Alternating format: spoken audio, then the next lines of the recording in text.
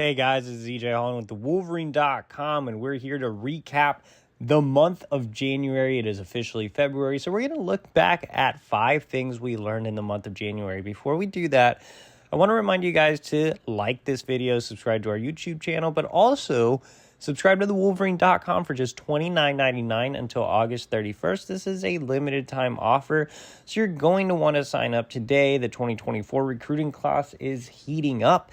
The subscription will also get you through spring football and summer official visit season, as well as the end of basketball season. So sign up today for premium insider recruiting information, team information, basketball recruiting, NIL transfer portal, and so much more, plus a great message board community over on the Fort. Sign up today for just $29.99 until August 31st of this year.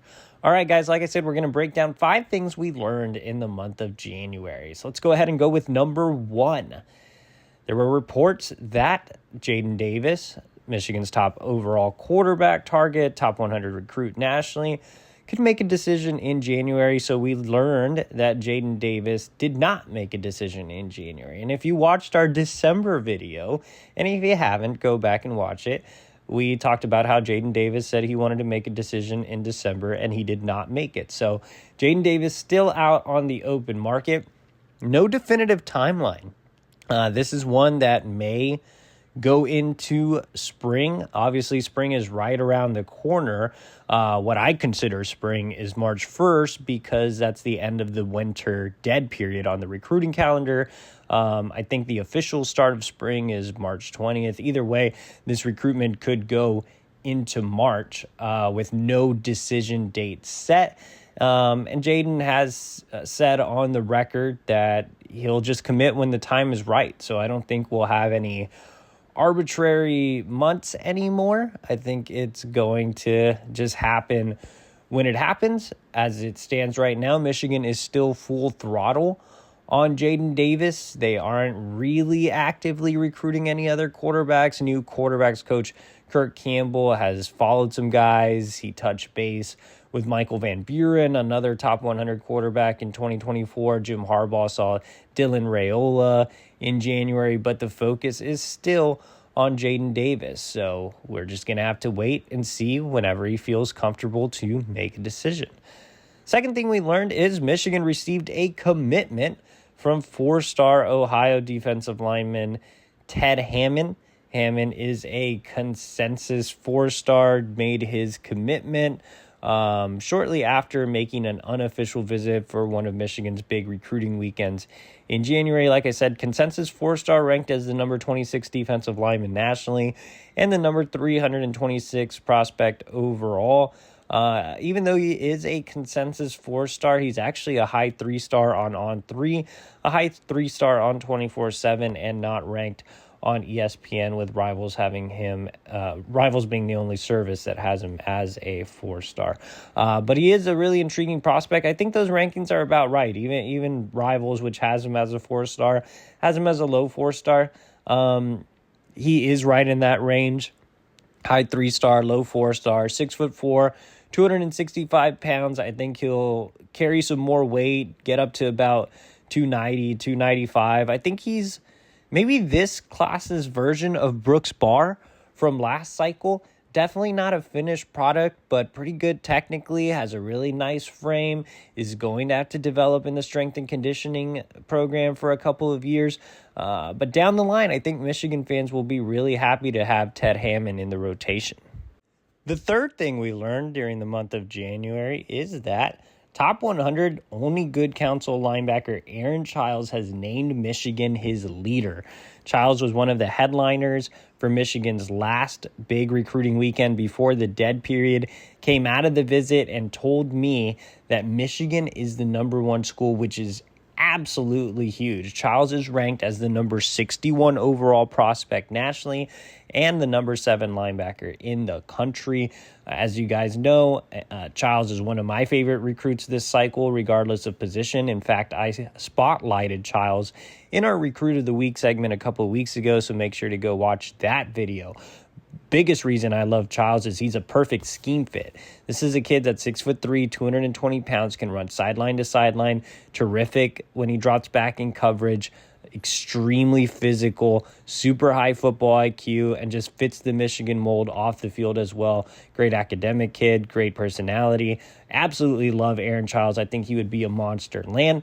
However, Childs did tell me he wants to take his time a little bit and see schools after the dead period. He wants to get out to Florida for a visit and maybe check out some other schools as well. But for the time being, Michigan has the lead with one of their top overall targets in the 2024 recruiting class. All right, the fourth thing we learned, kind of a couple of things here, but the fourth thing we learned is Mason Curtis is still solid and is now listed as an edge. So Mason Curtis, an on 300 prospect out of Nashville, Ensworth, kind of a defensive athlete, listed at 6'4", 190 pounds when Michigan initially took him last summer. Didn't seem like he had a true position fit. He's listed as a linebacker on 3, but like I said, now on Michigan's big board, he is an edge. He actually visited again for one of the January weekends and spent most of his time with staffer Dylan Roney, who works exclusively with the Michigan pass rushers. He went into the edge room team meetings. He broke down film with Roney of Michigan pass rushers. So they see him growing into a David Ojabo type, filling that type of role, or the Yabi Oki type of role from last season. But those are the type of guys that they envision Curtis becoming. I've always said Curtis is just a phenomenal prospect, just overall. I don't think you necessarily have to pigeonhole him to just being an edge. I think he's a guy that can play a traditional linebacker spot. I think he's a guy that can also be a bigger box safety type as well. But for now, we've learned that Michigan has started to pencil him in as more of an edge this cycle, where previously he didn't have a position. We also learned that he's still solid, which is great news. He's one of the highest rated prospects in Michigan's 2024 recruiting class, and he committed so early out of region, and a lot of people thought that Curtis would waver, and he's received some more offers, including one recently from Deion Sanders in Colorado. But Curtis told me he is 100% locked in. He's fully focused on recruiting others to Ann Arbor. So great news all around for Mason Curtis.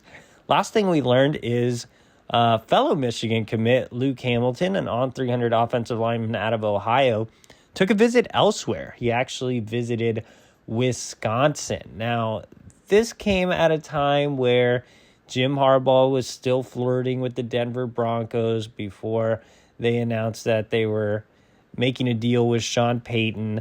So I don't think there's too much to worry about with Luke Hamilton, but definitely something worth mentioning, just that he visited another school. He did visit Michigan as well. Things went really well. He's been one of the more vocal leaders of the class, with Jim Harbaugh back in the saddle and Sharon Moore continuing to recruit him hard, even as a commit. I think everything will be fine with Luke Hamilton, but still something to monitor there. Obviously, if you're an offensive lineman, you're going to want to play at Michigan. Back-to-back Joe Moore Award winners.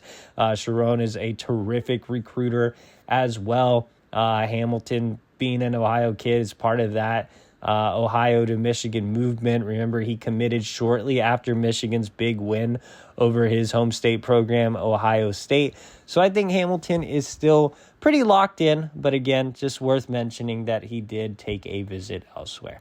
All right, guys, that's 5 things we learned in the month of January. For 5 things we learned in the month of February, make sure to subscribe and get an alert when that video comes out next month. But honestly, if you subscribe, you'll get alerts for any video that comes out, and we drop new content all the time. So like this video, subscribe to the Wolverine.com as well for just $29.99 until August 31st. Thank you so much for watching. For more videos from the Wolverine, whether it be football, basketball, recruiting, live shows, and more, be sure to like and subscribe to our channel for the latest.